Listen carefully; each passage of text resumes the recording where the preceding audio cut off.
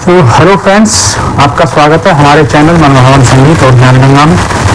इसकी ज्ञान गंगा सेक्शन में हम चर्चा कर रहे थे कर्म गति के ऊपर।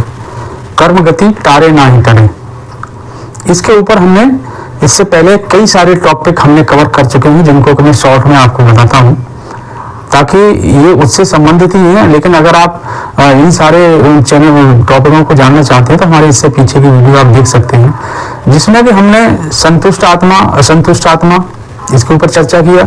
संतुष्ट आत्मा ही स्वर्ग में जाती है, असंतुष्ट आत्मा स्वर्ग में नहीं जाती। देन यमलोक का क्या वास्तव में है। देन चित्रगुप्त या गुप्त चित्र, सूक्ष्म रेखाएं हैं, जैसे कि हमारे कर्म की जो विवरण है वो एक सूक्ष्म रेखाओं के रूप में हमारे अंतर चेतना में अंकित होता है, लाइक ग्रामोफोन की तरह। इसी तरह ये सारे भले बुरे कर्मों का सारा विवरण, और हर एक आदमी के लिए अपना एक अलग चित्रगुप्त है, या वह एक दैवीय शक्ति है जो कि एक निष्पक्ष रूप से आपके भले और बुरे कर्मों का विवरण अपने सूक्ष्म रेखाओं के रूप में अंकित करती रहती है। हमने दो तरह के मन, बाह्य मन, अंतर्मन। एक तरीके से ऐसे समझ लीजिए, बाह्य मन एक तरह का पुलिस विभाग है और अंतर्मन एक न्यायालय प्रक्रिया है, न्यायाधीश के रूप में काम करता है। वो एकदम निष्पक्ष, एक भले वाले बच्चे की तरह आपके सारे जीवन के कर्मों का निचोड़ निकालकर उसके ऊपर निर्धारित करता है और उसी के अनुसार वो रेखाओं में अंकित किया जाता है। तो ये सारी चीजों को अध्ययन करने के बाद में हमें बेसिकली हम तो कर्म की गति को समझना है, तो उससे पहले ये सारे टॉपिक को भी समझना अनिवार्य है, जरूरी होता है, तब आप आपकी इस चीजों को समझ पाएंगे। तो फ्रेंड्स, अब हम 3 प्रकार के कर्मों के ऊपर हम विचार करेंगे। 3 प्रकार के कर्म, पहला जो संचित, दूसरा प्रारब्ध और तीसरा क्रियमाण कर्म। ये 3 तरह के ही कर्म हैं, जो कि इन कर्मों के आधार पर ही हमारी सारा पाप और पुण्य इनके ऊपर ही निर्धारित होते हैं, और इन्हीं कर्मों को ही हमारा चित्रगुप्त या मन जो है वो इनको रेखाओं के रूप में अंकित करता है। तो अगर हम एक पूरे दिन के कर्मों को अगर हम किसी श्रेणियों में बांटना चाहें तो हम इन 3 ही श्रेणियों में बांट सकते हैं, संचित, प्रारब्ध और क्रियमाण कर्म। अगर हम पूरे दिन में किए हुए कर्मों को अगर हम श्रेणियों में बांटे तो इन 3 श्रेणियों में बांटा जा सकता है। नाउ आज हम फ्रेंड टॉपिक चर्चा करेंगे केवल संचित कर्म के ऊपर। जैसा कि आप जानते हो ये सब विषय बहुत लंबे हैं, तो इनको इस छोटे शॉर्ट वीडियो में डिस्क्राइब करना एक बड़ा चैलेंज का काम है, इसलिए मैं एक छोटा टॉपिक ही इसको लेता हूँ। लेकिन जब आप इन सारे टॉपिकों को एक बार देखेंगे और उनके ऊपर मनन करेंगे तो आपके अंदर एक अलग तरह की एक पिक्चर समझ में आएगी, जो कि हमारे कर्म की थ्योरी के ऊपर होगी, जिसका कि हम एक सब्जेक्ट लेके चल रहे हैं, कर्म गति कार्य ना करें। तो ये आपको उस समय समझ में आएगा। तो फ्रेंड्स, आज हम संचित कर्म के ऊपर ही बात करेंगे। तो फ्रेंड्स, संचित कर्म कौन से संचित होते हैं?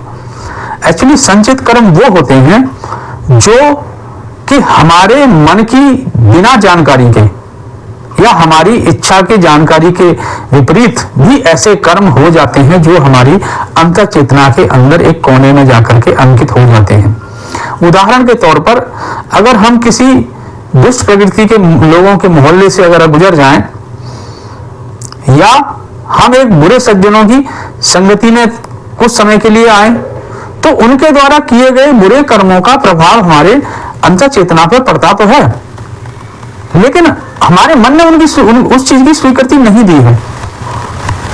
फर्ज करो अगर हम किसी कसाईयों के मोहल्ले से अगर निकले, तो हम वो चीजें जो वहां पर हम जो वातावरण और वो सब देखते हैं, तो उससे हमारे मन पर कहीं ना कहीं तो उसका फर्क पड़ता है।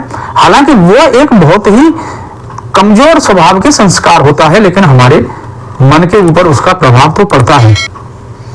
तो इस टाइप के जो कर्म है, निर्बल वीर वाले कर्म जो संस्कार होते हैं, उसके अनुसार अब जैसे अगर हम मान लो किसी बुरे लोग की संगत में रहें, लेकिन हमारे मन ने उसको स्वीकार नहीं किया, लेकिन हमारी संगति उसके साथ है, तो उससे जो हमारे ऊपर जो कर्म का जो संस्कार का जो कर्म का वो हमारे ऊपर अंकित हो रहा है, वो एक संचित कर्म में माना जाएगा। या उदाहरण के तौर पर या फिर ऐसे कर्म जो हमारी मन की असहाय अवस्था में या व्यवस्था में हमने किए, लेकिन उन कर्मों को हमारे मन ने स्वीकार नहीं किया, हमारी आत्मा ने नहीं स्वीकारा, या उन कर्मों को हमारी मन शक्ति ने अपने स्वभाव में परिवर्तित नहीं किया। इस टाइप के जो कर्म हैं वो निर्बल स्वभाव के होते हैं और वो संचित कर्म की श्रेणी में आते हैं। तो फ्रेंड्स, इन संचित कर्मों का स्वभाव बहुत ही हल्का और कमजोर होता है, इसलिए वो हमारे अंतर चेतना के कोने में, किसी एक कोने में अंकित अवस्था में पड़े रहते हैं और वे बहुत हजारों साल तक भी हमारी इस सूक्ष्म चेतना के रूप में, उस आत्मा की सूक्ष्म शरीर के रूप में पड़े रह सकते हैं, जब तक कि उनको उनकी के स्वभाव के अनुसार अगर माहौल नहीं मिलता या परिस्थिति पैदा नहीं होती। संचित कर्म को समझने के लिए एक हम उसका विपरीत उदाहरण भी लेते हैं, यानी वे कर्म जो हमने अपनी मनोयोग इच्छा से कम प्रभाव वाले बुरे कर्म जो हमने किए, तो वो भी एक तरीके के संचित कर्म के रूप में आपकी अंतर चेतना में अंकित होंगे। क्योंकि अगर वे कम प्रभाव वाले हैं, कमजोर संस्कार हैं, तो अगर देखी जाए उसी के साथ में अगर अधिक प्रबल संस्कार वाले अच्छे कर्मों के संस्कार भी अगर उस अंतर चेतना के अंदर एकत्रित हैं और वे दोनों साथ साथ पड़े हुए हैं, तो अगर वो बुरे कर्मों वाले संचित कर्म स्वतः भी नष्ट हो जाते हैं इनकी वजह से, जो अच्छे संस्कार के संचित कर्मों की वजह से वे संस्कार बुरे संचित कर्म भी नष्ट हो जाते हैं। उदाहरण के तौर पर अगर हम कहें तो लोग कहते हैं कि भाई वो फला वहां तीर्थ या करके आओ तो आपको जो है, तो ये उसी चीज का उदाहरण है कि इस तरह की तीर्थ या अच्छे कर्म जो है उन बुरे संचित कर्मों को नष्ट करने के उसका काम करते हैं। तो फ्रेंड्स, इसी को हम संचित कर्म कहते हैं। यानी संचित कर्म वे ही कर्म हैं जो इकट्ठे होकर के हमारे अंतर चेतना के अंदर में किसी न किसी परिस्थिति उसका वो इंतजार करते रहते हैं। अगर उसके अनुसार उनके अनुरूप अगर और कर्म हो जाएं, अगर बुरे के लिए अनुरूप अगर बुरे कर्म और अंक हो जाएं, तो वे उसी के रूप में उजागर होने की परिस्थिति पैदा करते हैं। अगर ऐसी परिस्थिति हो तो वे बुरे कर्म आगे आकर के उजागर होने लगते हैं और वो फलित होने की प्रक्रिया में आने लगते हैं। तो फ्रेंड्स, इसी को हम संचित कर्म कहते हैं। बाकी तो फ्रेंड्स, बाकी जो दो तरह के कर्म हैं उनका चर्चा हम अगले वीडियो में करेंगे। तब तक आप इस वीडियो को देखिए और शेयर और लाइक करें और चैनल को सब्सक्राइब करें। धन्यवाद।